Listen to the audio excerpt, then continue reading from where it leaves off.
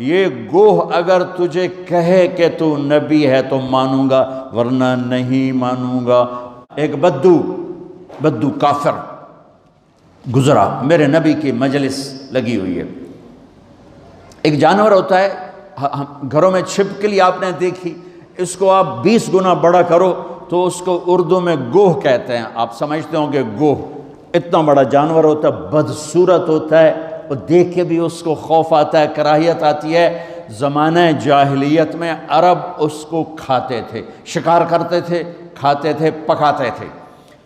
एक गोह को शिकार करके और रस्सी से लटकाकर गुजर रहा है, सामने मजलिस। भाई ये कौन है?